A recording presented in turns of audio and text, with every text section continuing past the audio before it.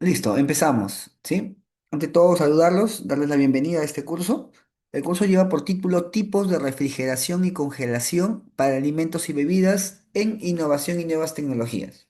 Dentro de este curso nosotros vamos a hablar no solamente de la refrigeración, de la congelación de alimentos y bebidas bajo una normativa, sino vamos a hablar también del contexto, a qué se refiere congelación y a qué se refiere refrigeración, cuál es la definición correcta y aparte cuáles son las diferencias que existen entre refrigeración y congelación.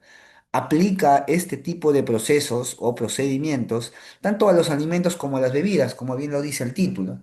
Cuando hablamos de un alimento que sea necesario o que se necesita congelar y o refrigerar, es básicamente debido a un tratamiento que se le debe dar con la intención de alargar su vida o mantener sus propiedades físico-químicas y o organolépticas.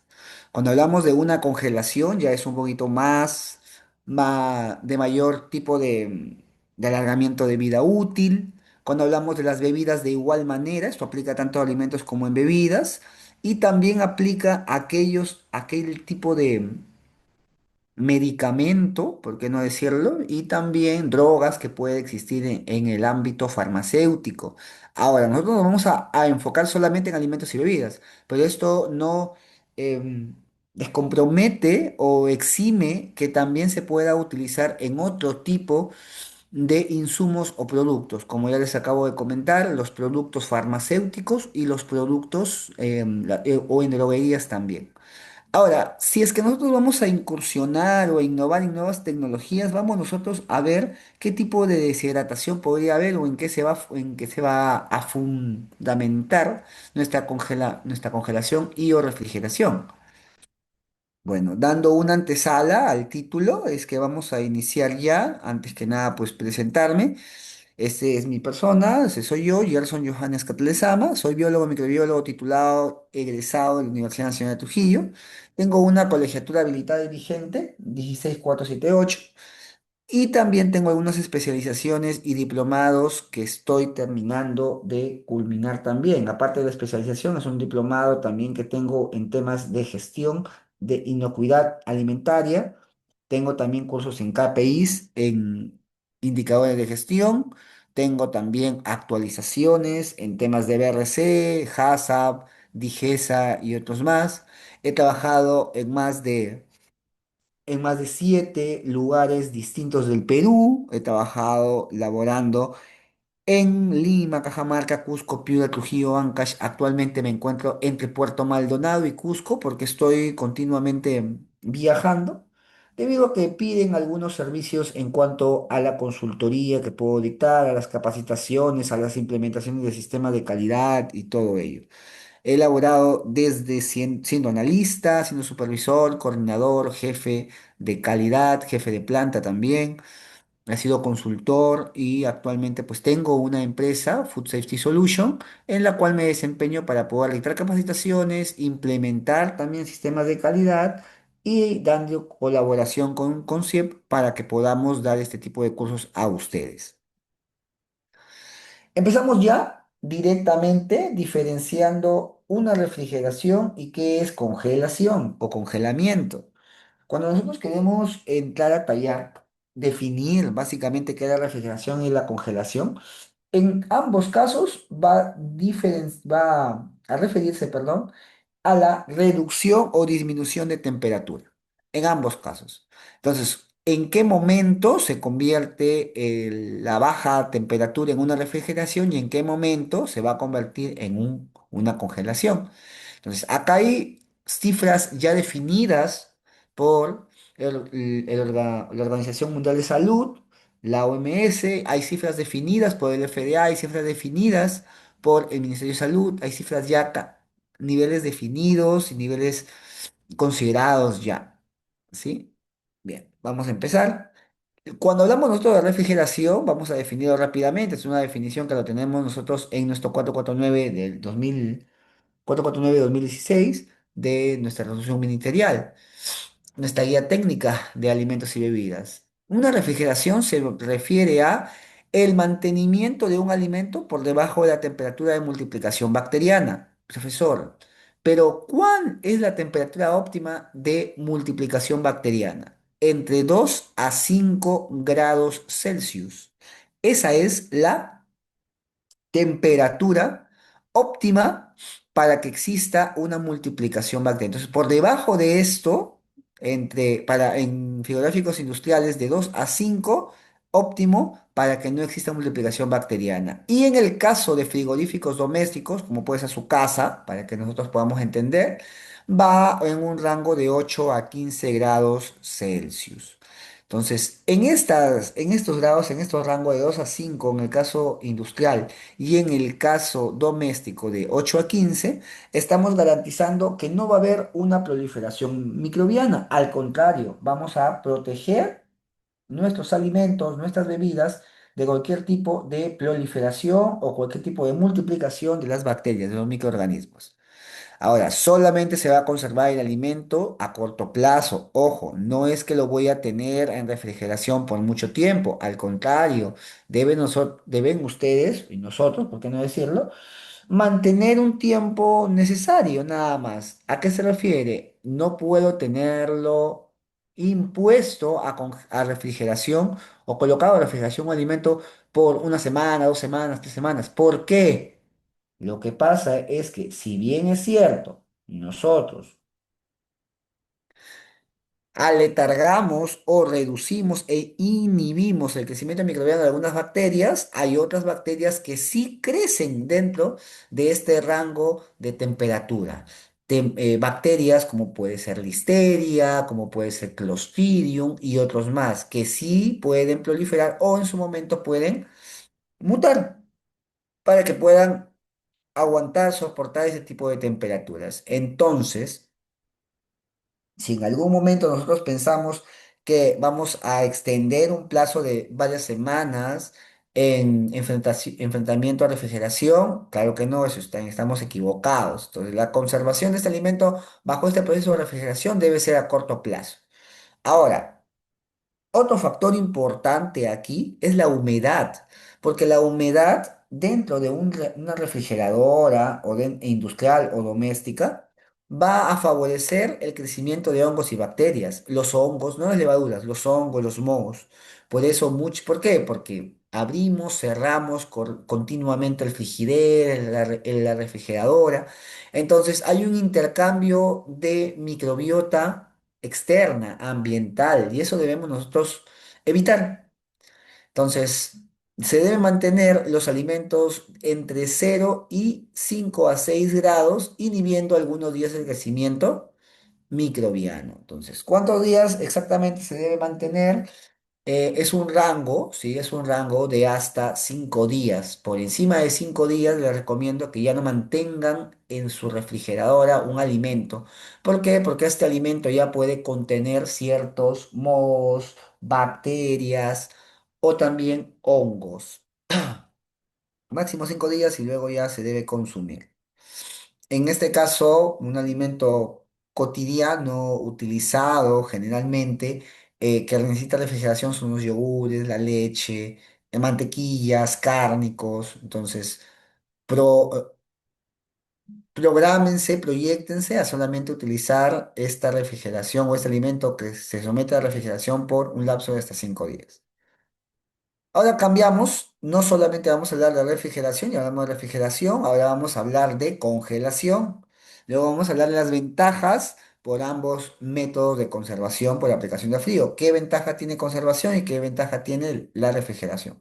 En el caso de la congelación o congelamiento, aquí ya no es un proceso es un proceso corto, sino ya es un proceso de larga conservación. ¿Por qué? Porque en la congelación o en el congelamiento yo voy a reducir la temperatura por debajo de cero y hasta -18 grados. Esta es una cifra que ustedes deben recordar siempre. Cuando hablamos, profesor, de un alimento congelado, cuando este alimento congelado tiene mínimo -18 grados. -18 grados ya estamos hablando de un alimento congelado. ¿Por qué, profesor? Cuando ustedes vayan a empresas que se dedican a fabricar alimentos o a conservar, sí, a fabricar alimentos congelados, ¿sí? Un alimento congelado es cuando este alimento o el reefer o la cámara está a menos 18 grados. Profesor, y cuando este alimento es exportado en cámaras grandes, en autos grandes, tiene un identificador de temperatura en estas cabinas, porque hay carros grandes que trasladan alimentos congelados en cajas a puertos. Profesor, ¿cómo que yo puedo asegurar de que este alimento congelado mantenga pues esa temperatura o siga estando congelado y no tenga yo un tipo de problema en cuanto al procesamiento o se mantenga la cadena de frío? Ah, lo que pasa es que tienes que asegurarte que la cabina de este auto que va a trasladar tu producto congelado, entonces esté a menos 18 grados. Su temperatura debe ser menos 18 grados, ¿de acuerdo? Entonces, siempre y cuando tengamos 18 grados, 19 grados, 20 grados, entonces menos 18 grados, menos 19 grados, menos 20 grados, entonces sí es una temperatura de congelamiento. Muy bien. Ahora, ¿por qué decimos que que la congelación es un proceso de larga conservación? Lo que pasa es que llega un momento en donde se forman placas de hielo en este tipo de proceso. Estas placas de hielo se forman a partir del enfriamiento del producto a una temperatura muy baja, menos 18 grados. ¿Entendemos eso? Entonces, se ha solidificado tanto el agua que contiene esos alimentos que corta, bloquea todo tipo de reacción de los microorganismos. Cualquier tipo de reacción se queda bloqueada, cualquier tipo de químico, cualquier tipo de enzima que pueda tener una bacteria queda inhabilitada, inhabilitada. ¿Por qué? Porque este tipo de temperatura, este nivel de temperatura está muy por debajo de lo normal. ¿Sí? Menos 18 grados es bastante frío, son cámaras de congelamiento, cámaras de congelación que realmente inhabilitan el crecimiento microbiano. Y no solamente el crecimiento microbiano en números, sino también en reacciones. Muy bien, entonces, cuando hablamos de congelamiento, es la reducción de temperatura hasta niveles de menos 18 grados, en donde el agua que contiene los alimentos se van a convertir en hielo. Entonces, vamos a tener en cuenta que este proceso de congelamiento o congelación se refiere o guarda una relación directamente proporcional al contenido del agua del producto. Ahora sí. Profesor, entonces, ¿no es mejor congelar el producto que refrigerarlo? Claro que no, porque ambos tienen sus ventajas. Ambos tienen sus ventajas. No siempre el congelamiento o la congelación es la mejor alternativa para el tratamiento o conservación de tu alimento.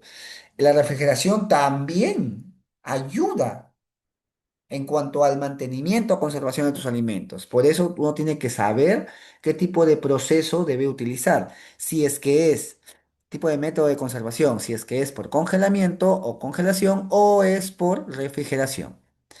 Por ejemplo, las ventajas que tenemos nosotros en la congelación, primero, es que en la congelación hay menor deshidratación del alimento. ¿A qué se refiere la deshidratación, profesor? Deshidratación, pérdida de agua del alimento. Pérdida de agua del alimento. Muy bien. Menores pérdidas de peso. ¿Por qué? Porque al tener nosotros un congelado, es decir, un endurecimiento del agua contenido en el alimento, ¿qué vamos a tener? Menor pérdida del peso, claro está. ¿Por qué? Porque vamos a evitar una deshidratación, es una pérdida de agua. Entonces, como lo vamos a tener concentrado, lo vamos a tener endurecido, congelado, no se va a perder peso, porque no se va a perder agua. Al contrario, se va a mantener. Mejores características organolépticas. Mientras yo esté congelando un producto, no tengo ningún problema en la pérdida del sabor, color, olor. Al contrario, se mantienen, se mantienen. Se detiene el desarrollo microbiano y enzimático. Ojo acá, microbiano y enzimático, no solamente el crecimiento, sino también se inhabilita o inutiliza la posibilidad, evita la posibilidad de que este tipo de microorganismos en la congelación puedan mutar. ¿Por qué? porque hay un detenimiento, una detención del desarrollo enzimático. Las enzimas que puede tener una bacteria ya no las va a utilizar o ya no le sirven. Se evita el fenómeno de separación de componentes. Aquí ya no voy a ver que, profesor, hacia arriba van hacia abajo van los más densos, hacia arriba los menos densos. Claro que no, aquí se uniformiza, todo se uniformiza.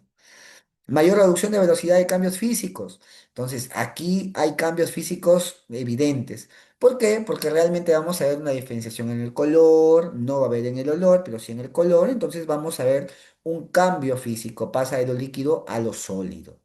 No provoca cambios nutricionales porque el valor nutricional va a seguir siendo el mismo, las vitaminas, las enzimas van a quedar estabilizadas, estancadas, inhibidas en cuanto a su modificación enzimática o en su modificación química. Ahora, eso es en cuanto a la congelación. Ahora, nosotros también ya hemos hablado de que no solamente vamos a dar como respuesta o como, da como respuesta, da como elección al método de conservación por aplicación de frío que solamente la congelación, sino también tengo otro. ¿Cuál es el otro? La refrigeración. La refrigeración también tiene sus ventajas. Las ventajas de la refrigeración es que la maduración de los frutos queda retardada por el frío. ¿En qué sentido, profesor? Lo que pasa es que tengo yo muchos frutos que voy que muchas veces le falta madurar. Entonces, si yo lo refrigero, entonces voy a retardar su maduración. Entonces voy a mantenerlo sin llegar al nivel de congelación. Voy a evitar que maduren con la necesidad de refrigeración. Ahora, en un periodo de tiempo en el frigorífico puede resultar conveniente, pero si aún así es necesario o se necesita mejorar la homogeneidad de un lote, es mejor refrigerarlo que congelarlo, porque es más rápido, porque es de mejor acceso. La refrigeración es la baja de temperatura, pero no al nivel de convertir el agua interna del producto en hielo, en sólido, sino solamente disminuir la capacidad de reproducción de las bacterias. Conservar las propiedades nutritivas, exacto, disminuir riesgos de actividad microbiana, ya no hay proliferación de microorganismos, por eso máximo 5 días ya les dije. Disminuye la velocidad de respiración, en caso existe una respiración celular. Frena las transformaciones enzimáticas y químicas porque disminuye la temperatura. A cierta temperatura hay necesidad de proliferación microbiana. ¿Por qué? Porque el microorganismo necesita aumentar su número. Ahora, ¿por qué el profesor necesita aumentar su número? Porque hay bacterias, hay hongos que a mayor cantidad de individuos hay mayor colonización. Entonces, a mayor colonización, se sienten mejor, tienen mayor desarrollo, tienen mejores condiciones. Entonces, por eso es que muchas veces los microorganismos, si ustedes deben entender, se colonizan o aumentan su tamaño para poder sentir mejor comodidad, por decirlo así. Esto es un estudio que hace mucho tiempo Carlos Mendoza Rodríguez hizo en cuanto a la etología o comportamiento microbiano. La etología o comportamiento microbiano es un chileno muy conocido, Carlos Mendoza Rodríguez. Él hizo un estudio de por qué los microorganismos tienden a aumentar su número. Necesitan aumentar su número por bipartición, fisión binaria o demás, o yemación. ¿Por qué? Porque es parte de su ADN y llegó a una conclusión, que muchos sí, es necesario aumentar su número porque es parte de su código genético, pero hay otros microorganismos, citó a ellos a Klebsiella, citó a ellos entre ellos a otros tipos de microorganismos, bacterias en su mayoría, que decía que para sentirse bien la bacteria, para sentirse cómoda la bacteria necesitaba proliferarse, aumentar su número, colonizar. ¿Por qué? Porque al haber mayor cantidad de microorganismos, ella va a tener mayor cantidad de enzimas en donde pueda centrarse, donde pueda desarrollarse. Eso es importante. Bien.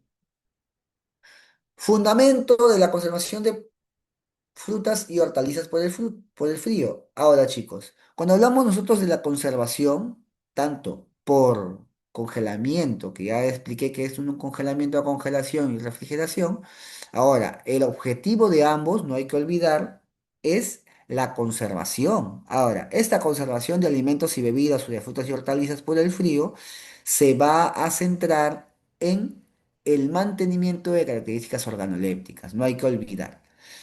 Ambos, sea congelamiento o sea refrigeración, va a consistir en que se va a someter al alimento a baja temperatura para reducir la actividad microbiana o la actividad enzimática. Ahora, ¿por qué hablamos de actividad microbiana y de actividad enzimática? Porque la actividad microbiana se refiere al número de microorganismos. Y la actividad enzimática, profesor, las enzimas que tiene o proteínas que tiene una bacteria, un microorganismo, para poder comportarse, colonizar, crecer, mutar, cambiar, alimentarse y demás.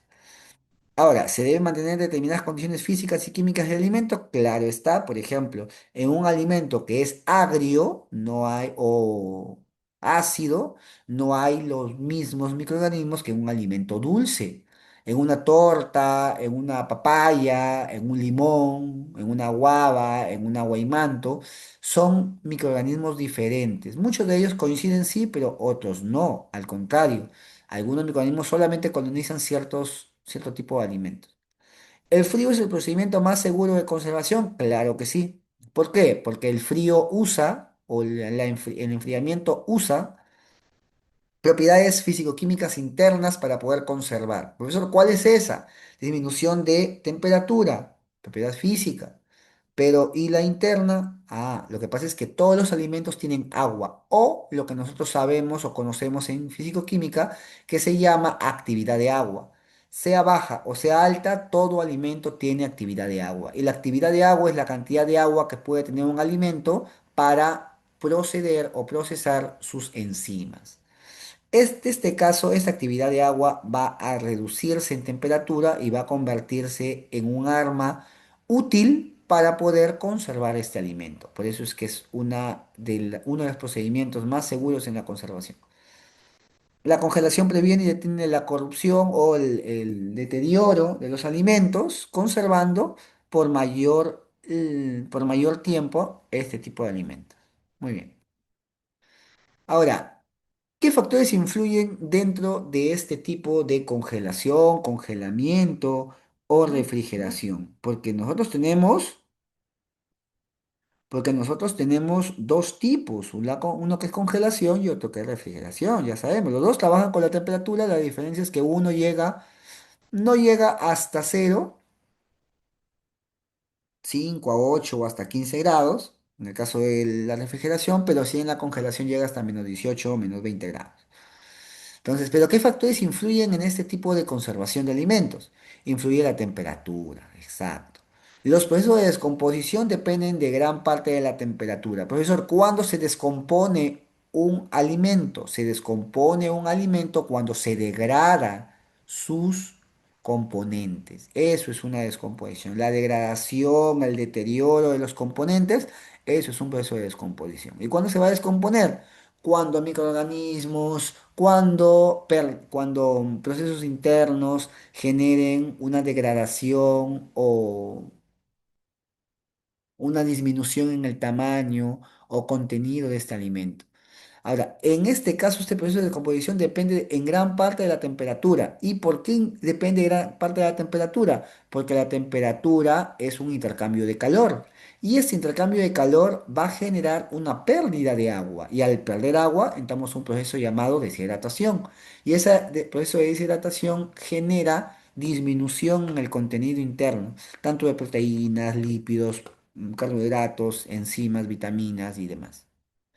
La evaporación del agua y la pérdida de peso ligada a esta temperatura va a disminuir la presión de vapor decreciente. En este caso, nosotros vamos a centrarnos básicamente en qué tipo de alimentos tenemos nosotros a nuestro alrededor. Si estamos en la parte sierra, vamos a tener alimentos a una presión atmosférica, a una temperatura, a un nivel, a una latitud y una altitud, pero si estamos en la selva, vamos a tener otro tipo de condiciones. En este caso he colocado dos nada más condiciones ejemplares. Cuando estamos a 30 grados Celsius, es de cuando la presión es a 30 grados Celsius, se refiere a 31,8 milímetros de mercurio y a 0 grados se refiere a 4,6 milímetros de mercurio. En este caso, profesor, ¿qué es lo que aprendemos? Que a mayor temperatura la presión es mayor, 4,6 en cero y 31,8 a 30 grados. Del mismo modo, va a disminuir la presión de vapor de los componentes si es que en algún momento nos vamos a un ambiente inhóspito. ¿Qué quiere decir? Que donde no voy a tener la misma altitud y latitud. Entonces, la temperatura tiene mucha influencia en cuanto a la pérdida de propiedades de un alimento. Si un alimento pierde sus propiedades organolépticas y físico-químicas, es muy probable que sea responsable la presión interna o en su defecto la presión general, es decir, la presión atmosférica, la presión externa. Si es que tengo un alimento y este alimento me lleva consigo una coloración, un grado de humedad, un grado de agua, un grado de tonicidad, entonces este alimento obedece a ciertas características físico-químicas. Esas características físico-químicas no siempre son las ejemplares y óptimas. ¿Por qué? Porque este alimento va a tener su mayor prime, por decirlo así, cuando está en su zona de mayor diferenciación. Un ejemplo claro, nosotros tenemos, por ejemplo, un alimento, bueno, yo conozco un alimento que se fabrica en Cusco, no, se fabrica, se cosecha en Cusco, se cosecha en Ayacucho, los dos, en Cusco y en Ayacucho, pero también en Cajamarca. Ese alimento es el aguaymanto, pero yo sí les digo, el aguaymanto de Ayacucho, de Cusco, no es el mismo en sabor, en color, en tamaño que el aguaymanto de Cajamarca. Es diferente. Ahora, ¿por qué, profesor? Factores como presión atmosférica, factores como temperatura, factores como presión interna, factores como altitud, latitud, inducen al tamaño y modificación de este tipo de fruto. Profesor, ¿y eso a qué se refiere o qué relación guarda con el tema que estamos tratando? Lo que pasa es la misma temperatura que tú le vas a aplicar para conservar un alimento de Cusco, un alimento de Ayacucho, no va a ser la misma que cuando tú apliques a un alimento de Cajamarca o alimento de la selva o cualquier otro tipo de alimento en otras condiciones. ¿Por qué? Porque los alimentos ya de por sí tienen un, una cartilla, por decirlo así, de tipicidad de conservación. Entonces el alimento te pide, básicamente. Por eso es que muchas veces en muchas plantas, sí me he dado cuenta, que pierden que echan a perder, mejor, para que entiendan, echan a perder sus productos, porque creen que si un ingeniero llega se me ocurre, de otro país, viene acá, de Venezuela, Ecuador, Chile, Colombia, Bolivia, viene acá y quiere implementar un sistema de calidad, de conservación sí, conservación de alimentos. Viene, quiere implementar, muchas veces hay muchas pérdidas allí. ¿Por qué? Porque él viene con un conocimiento establecido. En otros lados, todas las condiciones son iguales. Entonces, y aquí en Perú, en ciertas zonas del país, las condiciones son variadas. Entonces, lo que para Cajamarca es óptimo, para Ayacucho, Puerto Maldonado y otros lugares más, no es lo adecuado. Entonces, estos son los factores que influyen dentro de la conservación o elección de la temperatura que vamos a utilizar para conservar esos alimentos, para que me entiendan. Otro más, la humedad, profesor. La temperatura es uno de los factores que vamos a evaluar y considerar. ¿Para qué? Para poder conservar los alimentos bajo. régimen o bajo rango de temperatura, si es congelamiento o es refrigeración. Y la humedad relativa es otro tipo de parámetro que bueno, que va a influir para la elección. ¿Por qué, profesor? La humedad relativa es la humedad propia de mi alimento. La pérdida de peso por evaporación va a disminuir a medida que la humedad relativa del aire aumente en el almacén. Si es que yo tengo mi almacén y en este almacén yo tengo cámaras frigoríficas y en esas cámaras frigoríficas yo voy a tener una humedad relativa, esta humedad relativa muchas veces va a ser un arma de doble filo porque es humedad que va a generar un aumento de la proliferación microbiana, por ende, mayor ventilación, mayor crecimiento, mayor movimiento y otras más. Entonces, la humedad relativa va a ser proporcional entre las diferencias parciales de vapor, es un conocimiento básico que nosotros tenemos, diferencia de presiones parciales de vapor de agua del aire en la superficie del producto almacenado. La humedad relativa básicamente es la diferencia, para que me entiendan, entre la humedad ambiental y la humedad que es propia del alimento, superficial. Entonces, de ahí saco mi humedad relativa y a partir de esa humedad relativa, entonces yo voy a evaluar si es que voy a someter en un rango de temperatura de congelamiento o refrigeración al alimento. Si es que yo no tengo claro esos parámetros, muchas veces voy a incurrir en errores y en lugar de mantener mi producto a una temperatura baja, voy a generar problemas en cuanto a mi mantenimiento y a mi conservación del alimento. Entonces hay que tener cuidado en cuanto a la elección de la temperatura, porque muchas veces estas se ven reflejadas o afectadas por la humedad relativa, por la temperatura. Entonces, ¿las humedades relativas van a favorecer la proliferación de microorganismos? Claro que sí. Profesor, ¿por qué en especial, sí, en especial cuidado a temperaturas altas de almacenamiento? ¿Por qué? Un ejemplo claro coloco acá. Las bacterias se van a reproducir lentamente a una humedad relativa de 75%. Perfecto. Pero las pérdidas de peso son altas. ¿Por qué? Porque muchas veces en un rango de 90 a 95 hay pérdidas de peso. Es decir, la humedad genera que se elimine o se pierda agua. Y al perderse agua va a disminuir también el peso. Entonces, ¿de qué nos sirve tener claro que la humedad relativa es importante o es crucial para la conservación de temperatura, a bajas temperaturas? Porque muchas veces las humedades o la humedad relativa me va a ayudar a proliferar microorganismos. Y si esos microorganismos sí mutan o sí tienen esa capacidad de mantenerse en esa temperatura, por eso es que muchas veces existen evaporadores. Y estos evaporadores, ¿qué me van a ayudar? Esos evaporadores en grandes plantas me van a ayudar a eliminar cualquier tipo de humedad o cualquier tipo de polvo interno que tenga una carga microbiana relativa o elevada. Entonces, aquí ya nos damos cuenta a qué se refiere el equipos, a qué se refiere el uso de equipos para el mantenimiento de este tipo de productos. Muy bien. Otro más, factores que influyen en la velocidad de congelación, profesor. Es decir, ¿se puede congelar más rápido o se puede congelar más lento? Claro que sí. ¿Y de qué depende? Depende de algunos factores.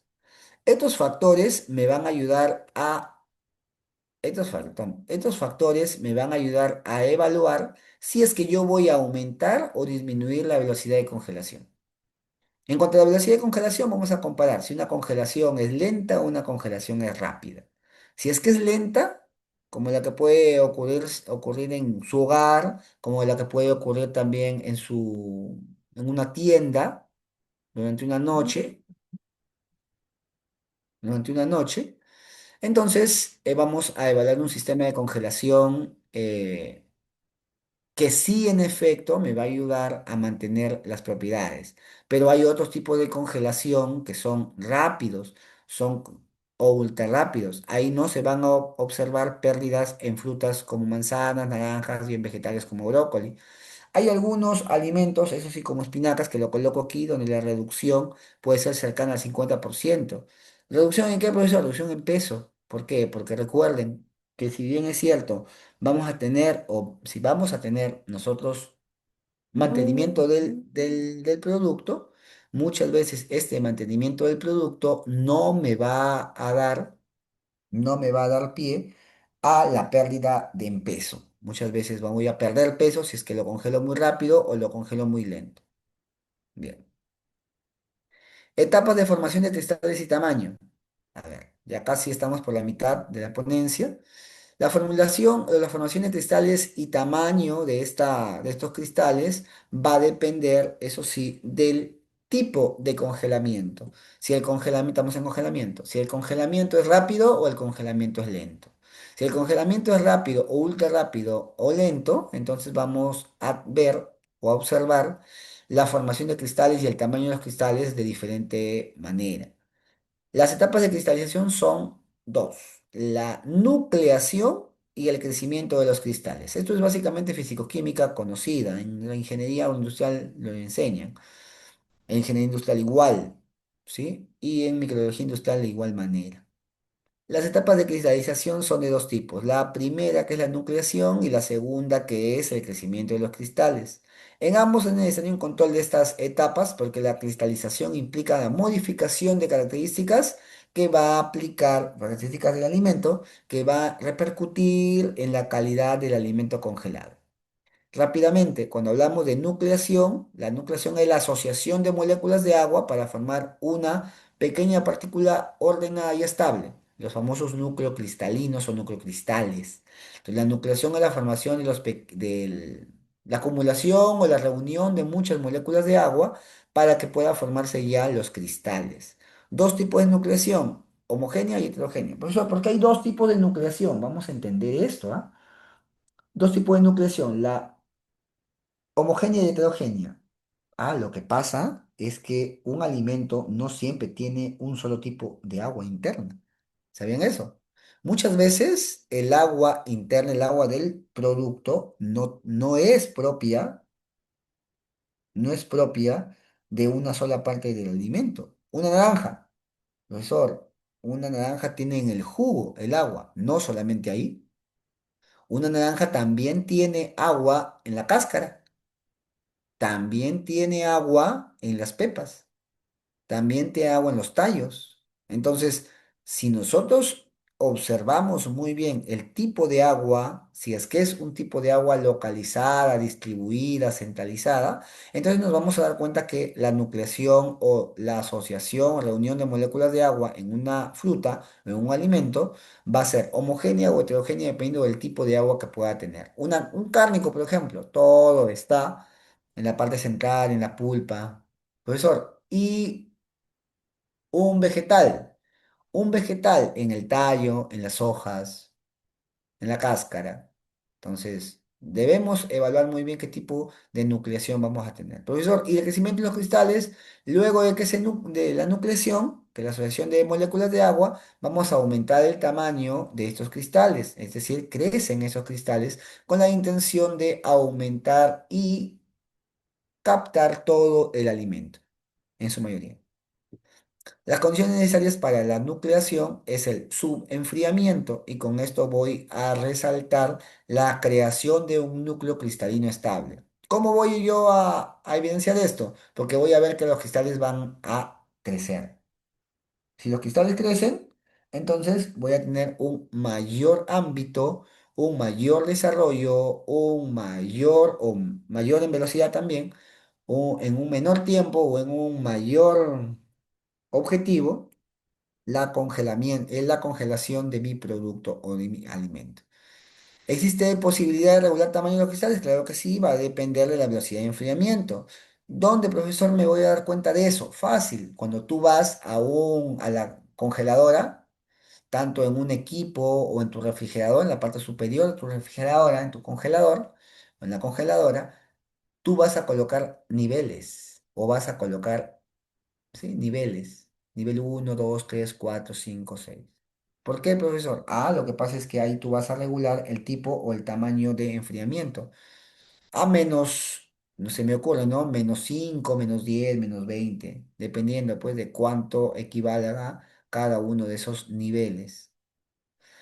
Entonces, ahí voy a ver yo una velocidad de enfriamiento, si es rápida o es lenta. Si es rápida, muchos núcleos y cristales se van a deformar de pequeño tamaño. Y si es lenta, se van a formar pocos núcleos y pocos cristales. Pero si bien es cierto son pocos, se van a formar de manera grande, es decir, se van a asociar entre ellos. Muy bien, entonces ya hemos aprendido cómo es que se va, cómo es la formación de cristales y tamaños de cristales dependiendo de de la congelación o congelamiento. Bien. Ahora, nosotros tenemos que evaluar también la calidad de los productos congelados. ¿De qué depende esta calidad de productos congelados? Esa calidad o importancia de la calidad de los productos congelados es relativa dependiendo de los cristales. ¿Por qué? Porque puede ser dependiendo si es que está muy congelado, bajo congelado, letargamente congelado, dependiendo del número, tamaño, forma y uniformidad en tamaño. Ahí yo me voy a dar cuenta si el congelamiento ha sido óptimo o no ha sido óptimo. De repente hay una parte nada más que se ha congelado y la otra parte no. Generalmente la congelación, el congelamiento va de afuera hacia adentro, no de adentro hacia afuera. Generalmente en la parte central, eso es una mala congelación, por ejemplo. Cuando la parte central no se ha congelado, entonces vamos a tener problemas. Vamos a tener problemas. Lo normal es que se congele la parte central y luego poco a poco se congele la parte externa. Pero cuando yo tengo una congelación invertida o inversa, afuera o en los bordes, bien congelado y en el centro mal congelado, entonces una mala distribución del líquido o del agua en este alimento. Entonces, en los líquidos de gran tamaño, en los líquidos, el gran tamaño de los, perdón, en los líquidos, el tamaño de los cristales es uniforme. ¿Por qué? Porque el líquido, su mismo nombre lo dice, ¿no? Las bebidas, todo es agua, todo es líquido. Entonces, rápidamente los cristales se van a consolidar o lo que ustedes le llaman, se va a congelar rápido. Muy bien. En sólidos o líquidos viscosos existen diferencias en la periferia y el interior debido a una transferencia de calor. Ya saben, sólidos o líquidos viscosos, por ejemplo, un líquido viscoso, profesor. Nosotros muchas veces refrigeramos, no sé, leche condensada o refrigeramos algún tipo de productos que tengan viscosidad, o sean espesos, mazamorras, flanes y otros más. Entonces, de esa manera yo voy a tener un líquido viscoso, entonces no voy a tener yo una uniformidad en cuanto a la calidad o a la consistencia de mi producto, razón por la cual voy a tener una diferencia en cuanto a los cristales. Los cristales no van a ser uniformes, sino diferentes. En los diferentes tejidos de un alimento existen diferencias de tamaños y permeabilidad de membranas. Por ende, no es igual hablar de una palta cuando quiero congelar o refrigerar que hablar de una sopa, por ejemplo, o de un líquido o agua. Entonces vamos a tener productos diferentes. No es igual congelar una piña que congelar una sandía. No es igual congelar un mango que congelar un aguaimanto, un arándano. Es diferente. Porque la piña la corto en rodajas, el mango lo corto en rodajas, la fresa lo corto en pedazos, en rodajas. O muchas veces la fresa también la puedo congelar en unidades, igual el aguaimanto, el arándano. Entonces, como es y es una sola pieza, yo voy a ver etapas o capas dentro de esta pieza, dentro de este producto. Por ende, el congelamiento o la refrigeración va a ser paulatina, va a ser diferenciada, porque hay membranas, porque hay pulpa, porque hay pepa, porque hay cubiertas, cutícula y demás. Efecto del enfriamiento sobre la calidad de frutas y hortalizas. Entonces, la conservación de los frutos a bajas temperaturas va a tener algún efecto o impacto en procesos biológicos dentro de nuestro producto también, dentro de nuestro alimento. Profesor, ¿a qué se refieren? Internamente, los productos tienen procesos únicos, propios. ¿A qué se refiere? La respiración. Profesor, pero la respiración, ¿un alimento respira? Claro que sí. ¿Un producto hace una respiración? Claro que sí. Existe una respiración llamada respiración celular. No quiere decir, ojo, no quiere decir que si por algún motivo, ojo, por algún motivo nosotros pensamos que ya no tengo o ya no está unido a un tronco, a un tallo, un alimento, este alimento ya deja de tener, claro, deja de tener crecimiento, claro que no. O sea, existe una respiración llamada respiración celular. La respiración es el principal proceso de deterioro de los frutos. ¿Por qué? Porque la respiración como definición es el intercambio de oxígeno, el intercambio de gases dentro de un producto. Entonces, es atenuado por la baja temperatura y logra disminuir la tasa respiratoria y pérdida de agua dependiendo de la velocidad del enfriamiento. Entonces, la velocidad de reacciones bioquímicas y enzimáticas va a disminuir la respiración, inhibiendo también el proceso de quemación de grasas. El quemado de grasas, el quemado de carbohidratos y otros más es producto de la respiración. La respiración es una respiración celular, no lo olviden. La velocidad de respiración de un fruto se reduce a la mitad por cada 10 grados en que disminuye la temperatura. Si yo normalmente tengo una respiración específica, cada vez que yo reduzco 10 grados de temperatura a este fruto, entonces la respiración se va a reducir a la mitad. Entonces yo no voy a tener problemas en cuanto al deterioro de mi producto, porque la respiración es inhibida, es atenuada por la baja temperatura. Bien. Otro proceso más, otro proceso más que atenúa o que afecta o que inhibe es la deshidratación. Profesor, ¿qué es la deshidratación? La deshidratación rápidamente lo podemos entender como una pérdida de agua de un producto. Entonces, y esta pérdida de agua se visualiza en una pérdida de peso en fruto. Entonces, esta pérdida de peso en los frutos se incrementa como consecuencia de la transpiración después de la cosecha. Por eso, ¿un producto puede transpirar? Claro que sí. La transpiración de un producto si el producto lo sometes, la fruta, el alimento, lo sometes a temperaturas regular de medias a altas, entonces el producto va a eliminar agua, va a perder agua, va a deshidratarse. Entonces va a transpirar. Mediante la transpiración, después de la cosecha, ahí hay una disminución en la calidad de mi producto, pérdida de peso. Pérdida de peso y por ende pérdida de aceptabilidad. Estas pérdidas suelen ocasionar mermas. Por eso, ¿qué es una merma? Es un desperdicio, es una pérdida. Y cuando esta pérdida es superior al 5%, entonces yo disminuyo también mi producto, mi calidad de producto, mi peso de producto. Entonces, y cuando yo aumento hasta el 7% en la conservación frigorífica por 3 meses, entonces voy a disminuir también mi posterior comercialización. Entonces yo no voy a poder vender lo que yo realmente quise vender. ¿Por qué? Porque mi producto ya no es el mismo. Mi producto ya no tiene las mismas características. Mi producto ha perdido peso. ¿Por qué? Porque se ha deshidratado. Profesor, se ha deshidratado. Sí, ha perdido peso, pues. Ha perdido peso como consecuencia de la transpiración. Muy bien, entonces ¿quién evita que este proceso de transpiración, este proceso de deshidratación sea inhibido? ¿Quién evita que este proceso sea, perdón, no inhibido, sino sea dado? Es decir, inhibe este proceso de deshidratación. El sometimiento, el enfrentamiento a las bajas temperaturas. Se refiere a la congelación o a la refrigeración. La congelación, la refrigeración va a inhibir, a evitar de que el proceso de deshidratación se pueda dar, pueda llegar a darse. Entonces, a partir de esto, nosotros entendemos también que este proceso de deshidratación va a ejercer una pérdida en la calidad de mi producto.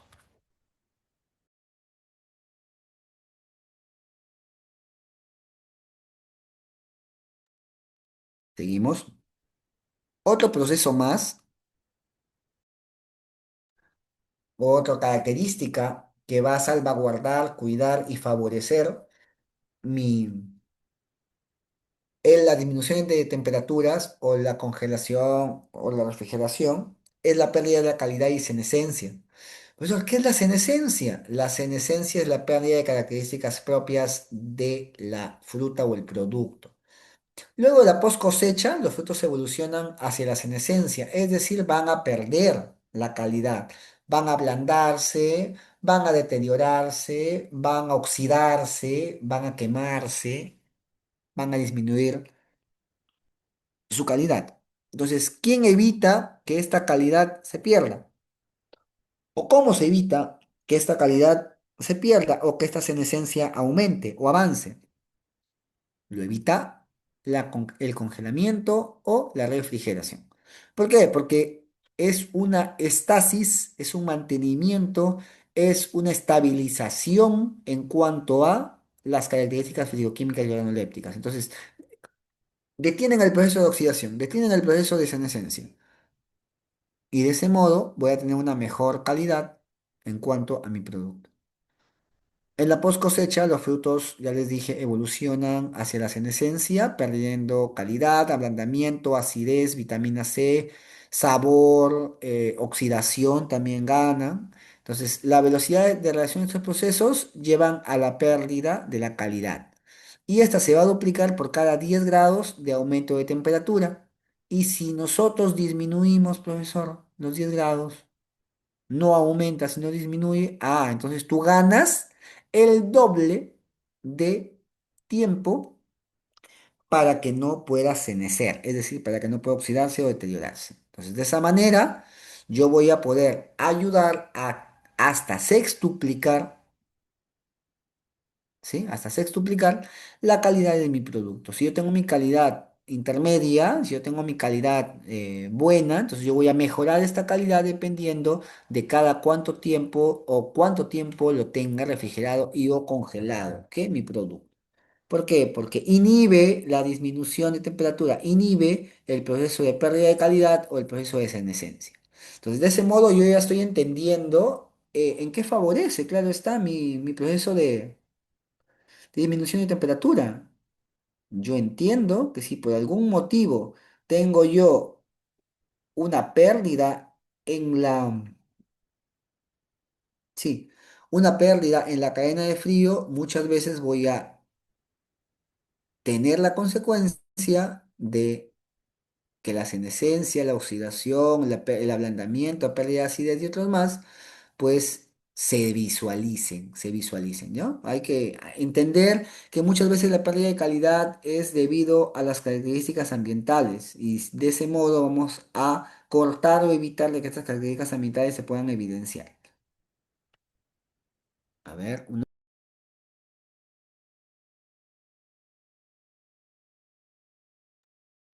uno más. Pobredumbres. ¿Qué es una pobredumbre, profesor? Una pobredumbre se refiere a la putrefacción o a la descomposición, a lo podrido, pues, a lo podrido. La aplicación del frío, ¿qué hace? Va a disminuir los riesgos de aparición y desarrollo de ciertos agentes causantes para la putrefacción de mi producto, de mi alimento, como bacterias, hongos, levaduras.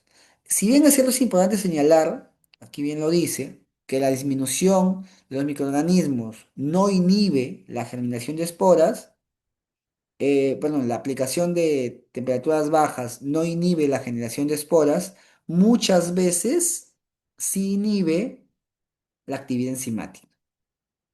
Entonces, la actividad enzimática solamente se va a evidenciar siempre y cuando yo tenga parámetros o características propicias.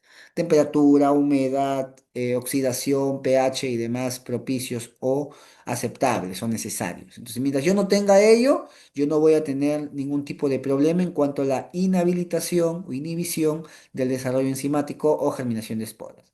Entonces, vamos, para reducir esta incidencia de esta podredumbre, de esta putrefacción, de esta pudrición, entonces yo voy a almacenar en un frigorífico, pero ese almacenamiento en frigorífico va a tener una característica. ¿Cuál es? Se va a tomar ciertas medidas higiénicas, porque estas medidas higiénicas me van a ayudar a que los microorganismos que puedan estar en el contenedor, en la congeladora, en la cámara de frío, pues no generen, si es que en algún momento ¿sí? No generen si es que en algún momento hay una pérdida en cuanto a la calidad del producto, ¿de acuerdo? O en su defecto, pues generen problemas en cuanto a medidas de suciedad o en características de suciedad o características de presencia de microorganismos o demás. La descongelación y calidad de frutas y hortalizas. ¿Qué es una descongelación? La descongelación se efectúa a diferentes temperaturas. Ahora, profesor, pero ¿cómo es que se va a descongelar? Es sacar mi carne, por ejemplo, en mi casa tengo mi carne en la congeladora, luego lo saco, se descongela en agua, lo coloco, lo mismo pasa con las hortalizas. Va a depender, sí, en serio, va a depender mucho del producto y su transformación posterior. Muchas veces se descongela en agua o se deja nada más al ambiente, cosa que no debe darse. La descongelación yo recomiendo que sea paulatina, sea lenta, para que el producto poco a poco vaya adaptándose al ambiente. Entonces, de ese modo, el producto va a perder líquido celular y de esta manera el contenido de vitaminas va a aumentar y también el contenido de productos, de nutrientes va a aumentar, va a restituirse. En la mayoría de los casos se disminuye esas pérdidas por una congelación rápida, pero en algunas frutas para un consumo directo se van a descongelar a temperatura ambiente. De esta manera vamos a volver a tener nuestras características propias, la acidez, la astringencia, el sabor, la oxidación y demás van a tener que esperar. Productos elaborados como espinacas se van a descongelar calentándolas al fuego, porque de ese modo yo voy a tener la característica y la convicción de que no voy a alterar su composición interna. Cuando el producto congelado se utiliza para la elaboración de otros productos, la forma de descongelación va a depender del proceso de transformación. Profesor, ¿cómo es eso? Ah, lo que pasa es que cuando yo tengo mi producto congelado, pero ese producto congelado lo voy a utilizar para otro proceso, entonces yo puedo transformarlo, yo puedo descongelarlo rápidamente o lentamente, dependiendo de qué es lo que para qué lo voy a utilizar. ¿Sí?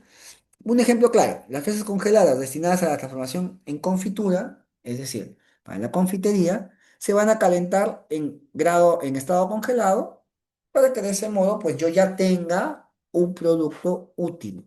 O sea, ya no es necesario descongelar y luego someterlo a temperatura. No. No, no. Voy a no solamente a someterlo a alta temperatura para que el estado de congelamiento me ayude, si bien es cierto, me ayudó, si bien es cierto, a mantener características propias, va a disminuir la carga microbiana dependiendo del calentamiento que yo le voy a dar a estas fresas. Básicamente para matar microorganismos y para colocarlo en mi confitería. Confitería, hablamos de chocolatería, pastelería y demás. Mm. Ahora, profesor, pero ¿cómo es? Usted me ha dicho muchas veces o mucho rato de que las bajas temperaturas inciden mucho en microorganismos. Claro, en los microorganismos, en las proteínas, en las enzimas, en las vitaminas, en todo eso hay una influencia de la congelación sobre ellos, sobre los microorganismos, sobre las proteínas, enzimas y vitaminas. ¿Qué efecto tiene sobre los microorganismos? Sobre los microorganismos, la congelación en condiciones adecuadas va a permitir no solamente inactivar microorganismos, sino también destruirlos. ¿Por qué? Porque recuerden, a bajas temperaturas hay una pérdida de agua y hay una pérdida de agua genera una deshidratación, por ende los microorganismos celulares, en específico bacterias, van a morir, cenecer, desaparecer. Entonces, la congelación no solamente es una buena forma de conservar alimentos, sino también manera de conservar microorganismos, porque de ese modo mantienen una estabilización de su proceso microbiano, de su proceso enzimático y aumentan su tiempo de estabilidad.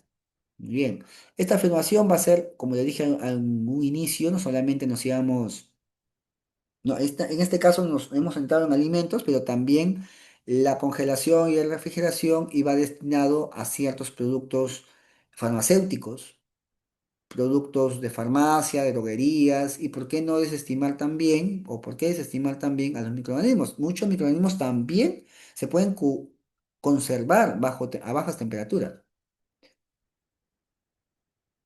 En un estudio reciente sobre la supervivencia de los virus a congelación, se pudo demostrar que al preparar mezclas de alimentos contaminados con algunos virus, se verificaba una reducción logarítmica inferior hasta llegar a 5 meses de almacenamiento a temperatura constante. Entonces, si por algún motivo tú quieres, nos vamos un poquito más allá, conservar un microorganismo, muchos de estos microorganismos, virus, bacterias, mohos, levaduras o demás, parásitos, van a necesitar de un sustrato. Este sustrato muchas veces es el alimento. Y de ese modo aumento en tiempo su mantenimiento, su conservación. Esta conservación se va a mantener estable durante más de 300 días dependiendo del tipo de alimento, del tipo de sustrato y del tipo de microorganismo también. Efectos sobre las proteínas, del frío de la congelación sobre las proteínas. Cuando el producto se ha congelado lentamente o cuando ha habido fluctuaciones de temperatura, cuando hubo cortes en la temperatura, no es una temperatura constante, entonces, de almacenamiento, entonces hay cristales de hielo que se han formado de manera heterogénea. ¿Por qué? Porque hay muchas veces en las que se quiso descongelar, luego se congeló, no hay un congelamiento uniforme, para que me entiendan. Y de ese modo,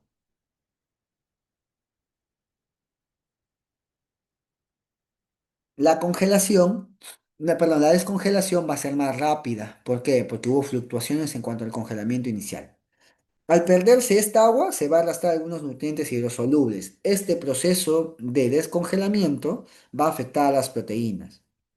¿Por qué? Porque va a cambiar la textura del alimento, va a endurecerlo en ciertas partes, va a disminuir su solubilidad y su valor nutritivo, por ende va a perder proteínas, va a perder el valor nutricional. Si es que no tengo una buena congelación o ha habido fluctuaciones en la temperatura durante la congelación.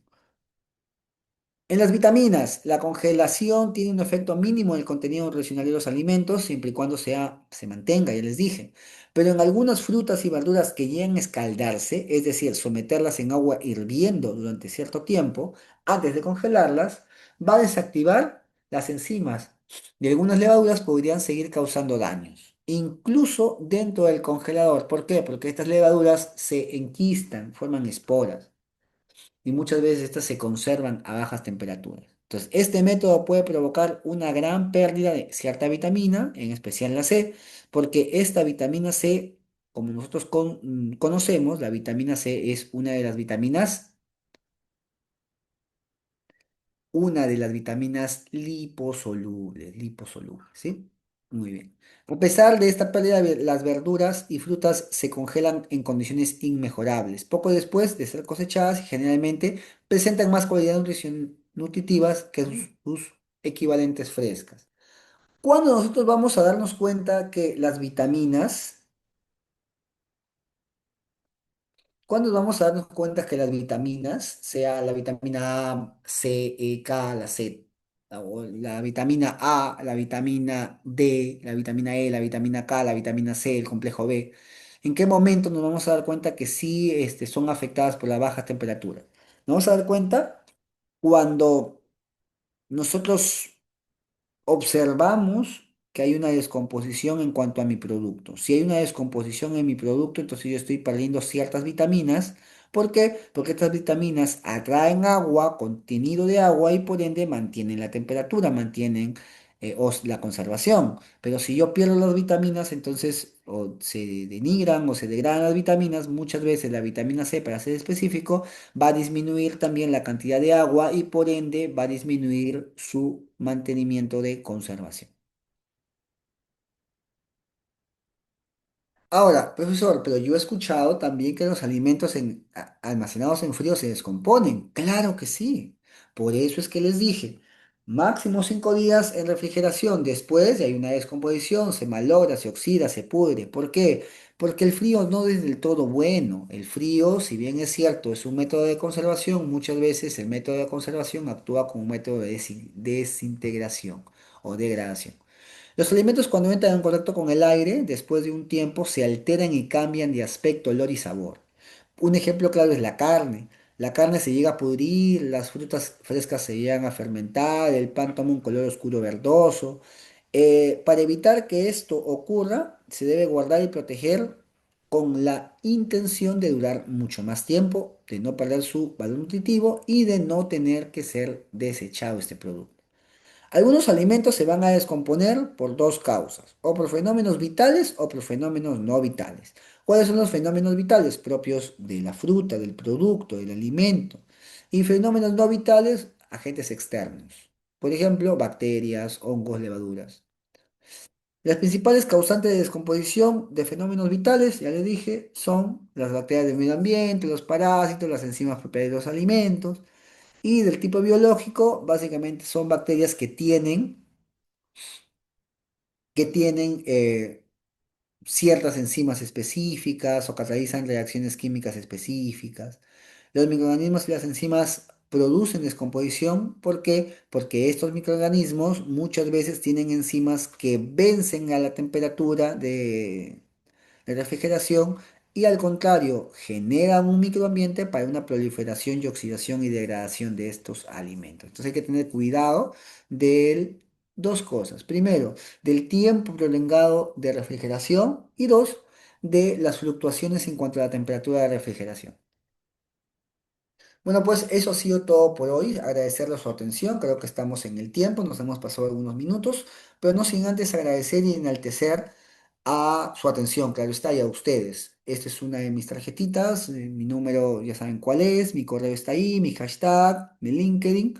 Mi nombre es Gerson Ascata, ha sido un placer y un gusto poder exponer este tema de vital importancia para ustedes. Agradecerles también a Concier por la oportunidad y la apertura que nos da para poder llegar a ustedes y con la intención de poder enaltecer y engrandecer este conocimiento para ustedes.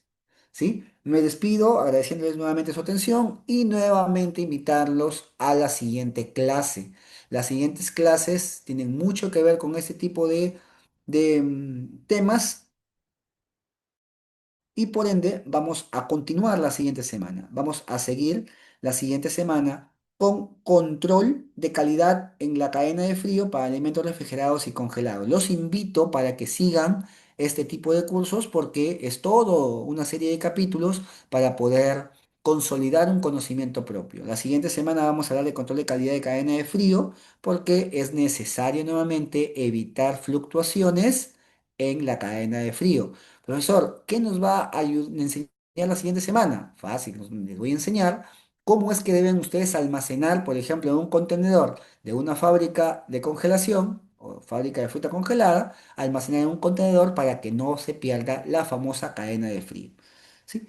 Agradecerles a ustedes, chicos. En cualquier momento estamos en comunicación. Esos son mis números, mi correo, mi hashtag y quedo atento ante cualquier duda, sugerencia o comentario con respecto a la clase.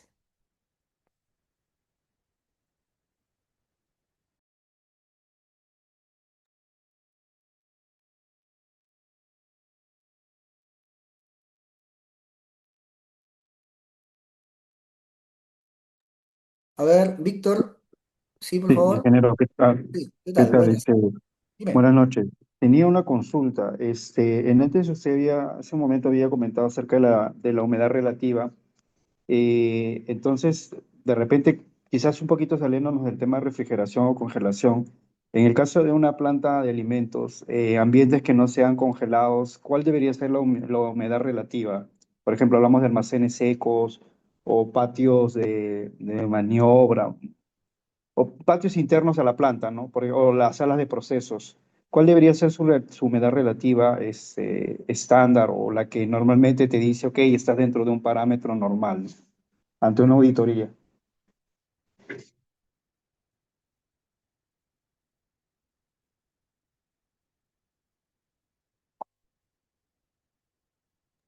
Lo siento, estaba tomando agüita. A ver, te explico. Cuando nosotros hablamos de humedad relativa, nosotros hablamos de la cantidad la cantidad de agua que puede haber en un ambiente, la cantidad de transpiración que puede haber durante un proceso dentro de tus almacenes. Si bien es cierto, existen equipos como termohigrómetros, existen termómetros y otros más de la humedad propia o relativa en almacenes debería ser entre 15 y 18 grados dependiendo de qué tipo de almacén puedas tener tú.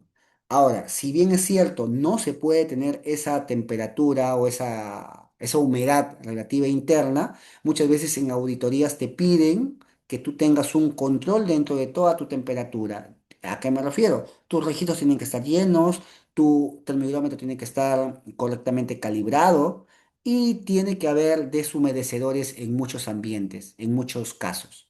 De ese modo, nosotros vamos a tener una humedad relativa controlada dependiendo de en qué o a qué niveles o en qué aspectos vamos nosotros a desarrollar nuestro producto. No es igual tener almacenes de producto terminado o almacenes de producto fresco. Por ejemplo, un almacén de producto fresco en Piura, que me choqué, fue un almacén de palta. La palta me llegaba verde. Cuando la palta llega verde, muchas veces transpira la palta, a diferencia de una palta que es una palta ya madura o medio madura. Igual pasa con el mango. La transpiración aumenta en el almacén la humedad relativa. Entonces, lo que yo tengo que tener es un deshumedecedor allí, con la intención de mantener entre 18 y 20 grados la humedad, o 18 o 20% la humedad interna en almacenes. Ah, ok, entonces si uno se excede en 50% o 60 o más, eso sería un punto crítico. En efecto, tendrías que evaluarlo como un producto crítico mediante tu evaluación de peligros si es que estamos hablando en SENASA o en un HACCP que tú tengas que evaluar. Sí, Ah, vale, ok, ya me queda claro, gracias.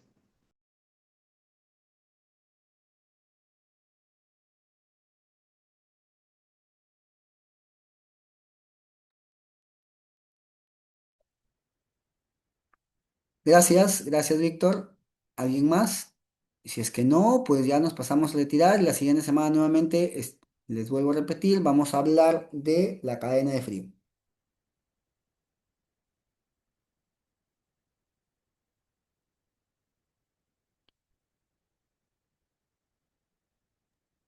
Ingeniero, yo tengo otra duda. Dime, dime.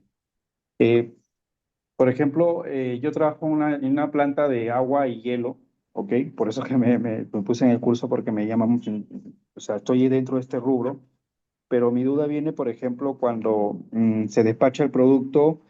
¿En qué temperatura debería de salir? Por ejemplo, ¿es correcto que salga en carros de refrigeración con una temperatura menos 8 grados? Eso sería una. Y luego la otra es, a veces sabemos nosotros que por diversos motivos algún producto se devuelve, ¿ok? Las famosas devoluciones, ya sea porque el cliente no está o N motivos. Entonces el producto regresa otra vez a la planta o a la empresa. Esto debería registrarse debe haber un registro para ello y cuál es el tratamiento que debería recibir ese producto que regresó del mercado. Claro. Interesante tu pregunta. Mira, cuando nosotros hablamos de una temperatura de salida, esa temperatura de salida va a depender de una temperatura de conservación o de un rango que tú tengas que evaluar. Por ejemplo, si hablas de una conservación mediante congelación, es diferente a la de refrigeración. Hemos hablado de refrigeración entre 8 hasta 15 grados en refrigeración, siempre y cuando tengas tú una referencia de que tu producto a esa temperatura va a mantener sus propiedades organolépticas.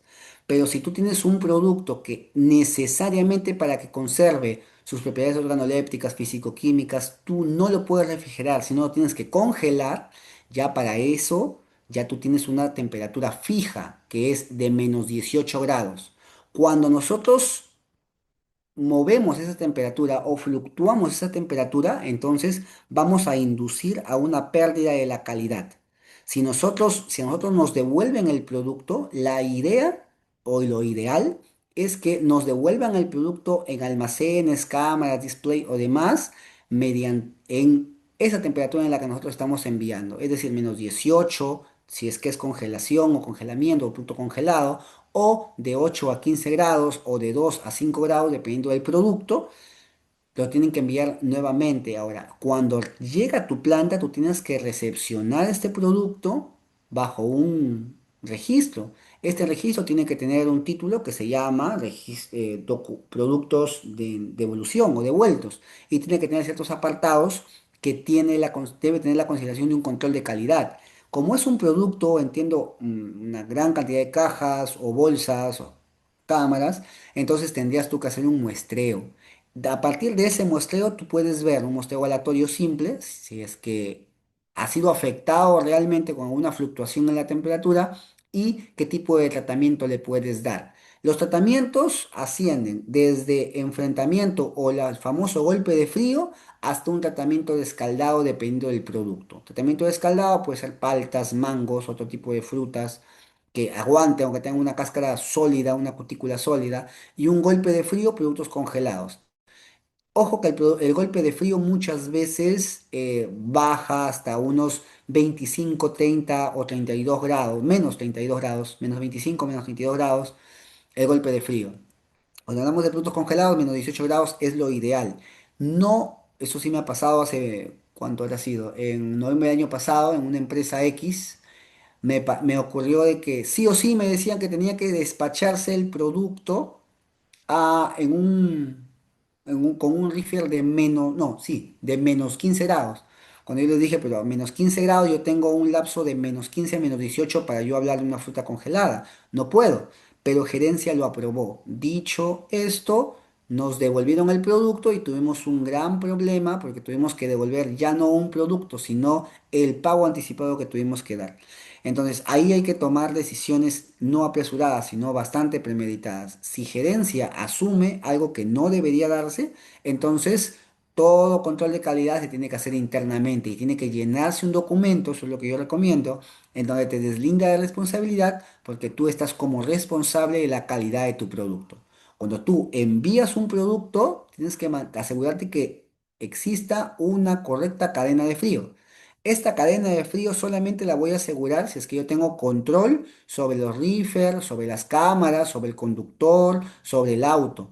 Si yo no estoy seguro de que esta cadena de frío va a mantenerse, muchas veces cuando llega el producto al destino o va a llegar congelado, te lo van a devolver y luego tienes que hacer un control de calidad para asegurarte en qué cantidad o proporción ha sido afectado este producto que ha sido devuelto.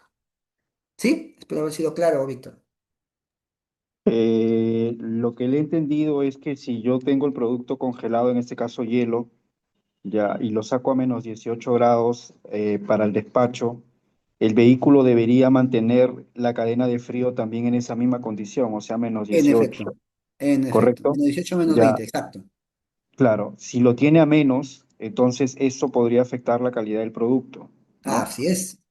Ya, por ejemplo, para yo considerar que un producto debe ser congelado o que está en congelamiento, la temperatura mínima, el ratio, ¿cuál es? Menos 18 hacia abajo, Menos ¿no? 18 Ah, ok, y menos lo demás 18. es refrigeración. O sea, menos Exacto. 17, menos 16, menos 15 es Eso es refrigeración. refrigeración. Ah, ok, perfecto. Ya, bueno, para tenerlo claro. Este, y disculpe, y si entonces el producto me regresa, yo en el caso del frío, me mencionó que tenía que hacerse dos tipos de inspección o muestreo en el caso de una devolución, tratamiento de golpe frío, bueno, el escaldado, pero en mi caso eso no Claro, no aplicaría porque aplicaría. no trabajo, ¿no? En el caso de tratamiento de golpe de frío, ¿cómo puedo medir esto? ¿Cómo hago un muestreo en este tipo de proceso o etapa que ¿Cómo, tengo que verificar?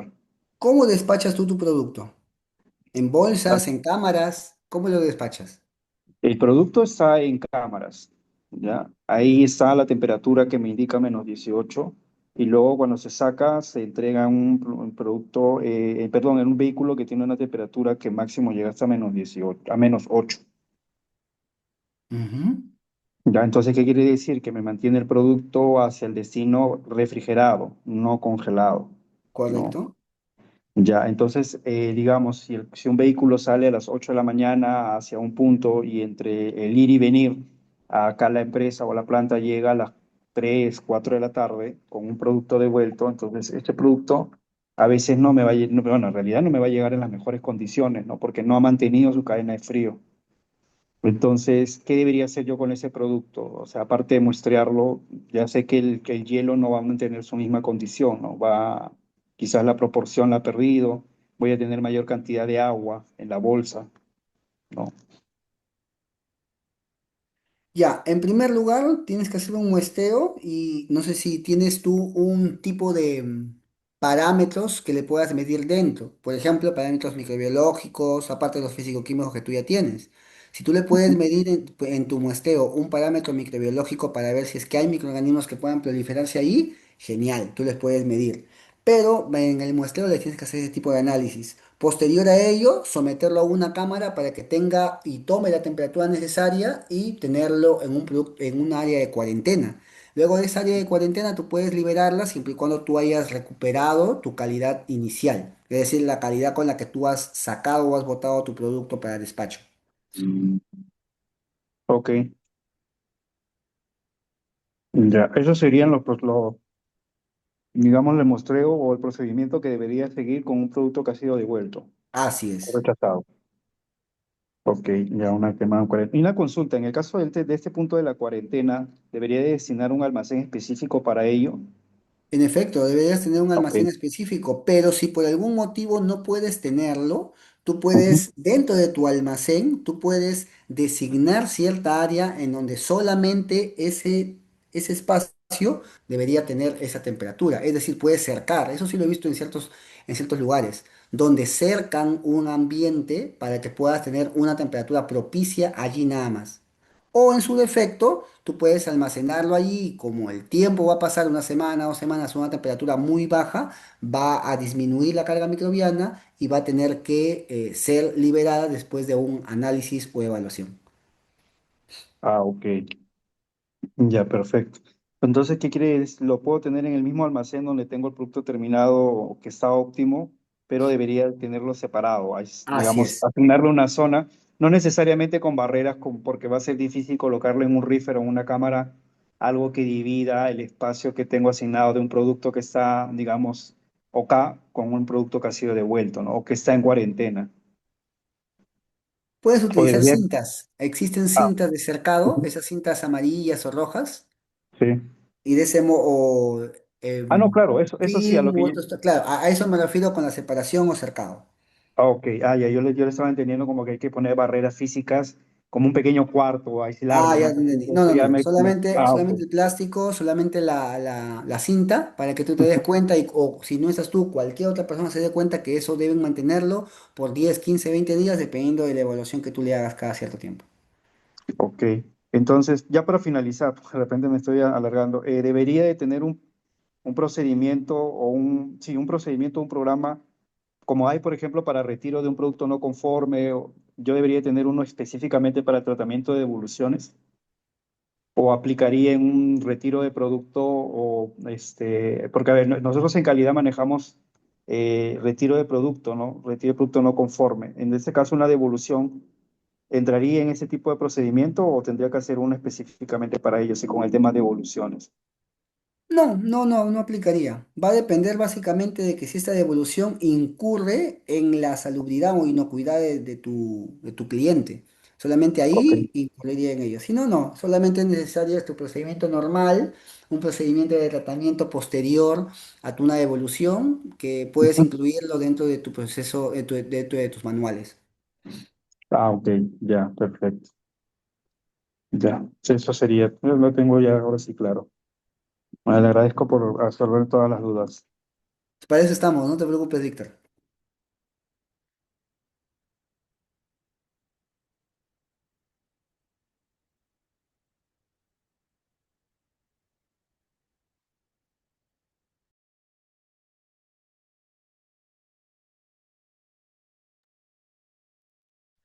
Bueno, si no hay nada más, entonces igual agradecerles nuevamente por su atención y ya pues nos pasamos a retirar para la siguiente semana estar acordes con la cadena de frío, que es lo que tenemos como siguiente tema la siguiente semana, ¿sí?